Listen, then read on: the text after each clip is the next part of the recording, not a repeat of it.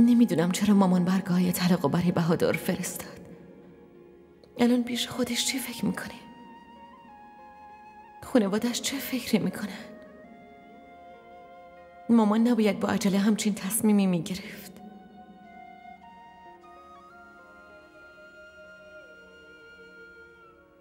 و این سمیر اگه با ماشین طلا هم دنبالم بیاد بازم باهاش ازدواج نمیکنم.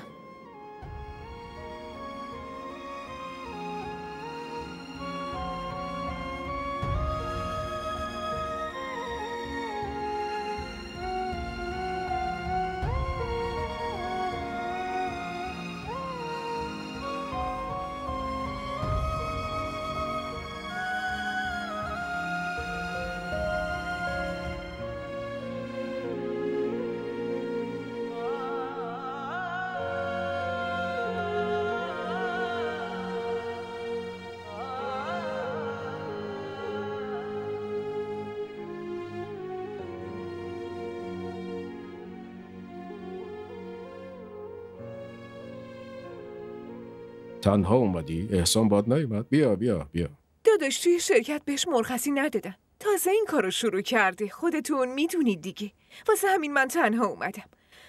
دلم نمیخواست بیام. به خاطر داداش منور اومدم. این چه حرفیه میزنی؟ نیلم برادرزاده توه. نمیخوای تو جشن عروسی شرکت کنی؟ داداش جا، من یه برادرزاده دیگه هم دارم که به خاطرش توی زندگی من همش مشکلات به وجود میاد.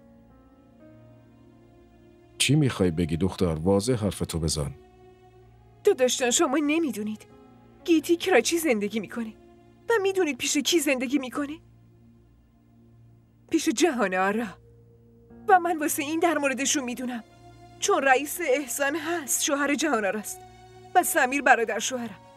اون از گیتی خوشش میاد تا جایی که سمیر به خاطر گیتی میخواد نامزدیش رو به هم بزنه. داداش اقبال، اون بدیایی که جهان آرا با شما کرد، امروز اون بدی‌ها رو گیتی داره با من میکنه.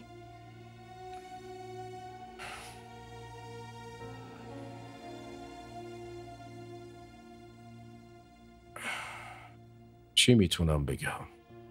گیتی از اولش هم به حرفم گوش نمیداد. حالا هم داری میگی پیش مامانش زندگی میکنه. پس الان به هیچ وجه نمیتونم چیزی بهش بگم. داداش شما چرا با بهادر حرف نمیزنید؟ بالاخره اون شوهرشه. هنوزم طلاقشو ندادی که حداقل اونجا بره و دوباره برش گردونه. چرا بهادر؟ خب بالاخره اون دامادتونه. نسبت به گیتی حق داری. من هیچ وقت به بهادر حقی نسبت به گیتی ندادم. ازدواج بین گیتی و بهادرم تا امروز حتی قبولم ندارم. و حالا که بهش نیاز دارم، پس من اونو شوهر گیتی و داماد خودم قبول کنم؟ نه داداش جان، ما الان به بهادر نیاز داریم. باشه، اگه شما نمیخواید باهاش حرف بزنید من خودم میرم باهاش حرف میزنم. درسته، تو اگه میخوای باهاش حرف بزنی بزن، من هیچ مشکلی ندارم. اما هر کاری میخوای بکنی بعد از جشن عروسی نیلم انجام بده.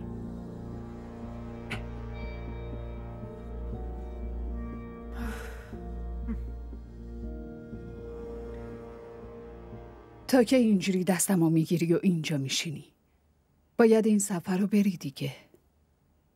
باور کن اصلا دلم نمیخواد برم. بالاخره باید بری، فقط برای 2 روزه. اسلام آبادم که زیاد دور نیست.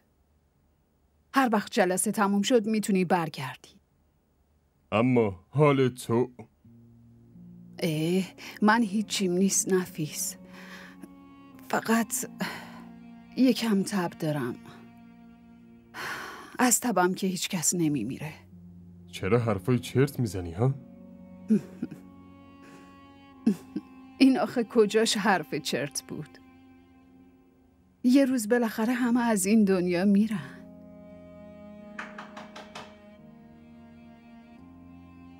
براتون سوپ آوردم.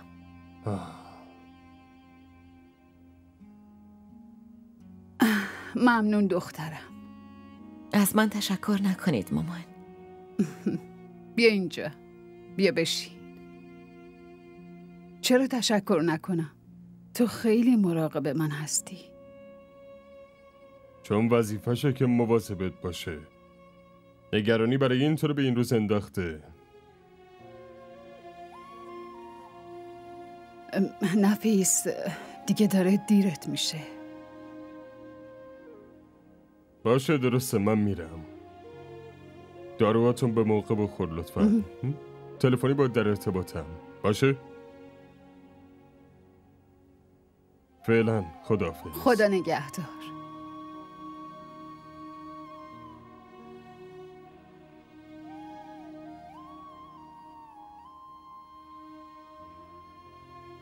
از حرفای نفیس لطفاً دلخور نشو. عشق اون نسبت به من همینطوریه. عشقی که فقط میخواد معشوقش برای خودش باشه. بی نهایت دوستش داشته باشه. اونو تصاحب بکنه. بعضی وقت حس میکنم حتی ممکنه نفسم بند بیاد. گیتی، تو که با من قهر نیستی نه؟ آره ناراحت شدم اما باهاتون قهر نیستم. مگه اصلا بابای من با شما برخورد خوبی هم داشته؟ اما نفیس حداقل شما رو دوست داره مامان.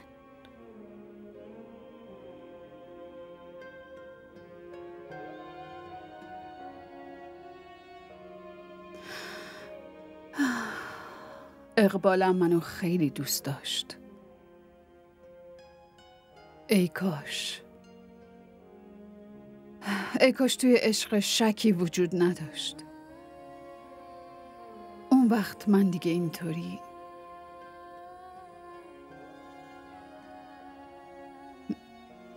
بگذریم، ولش کن.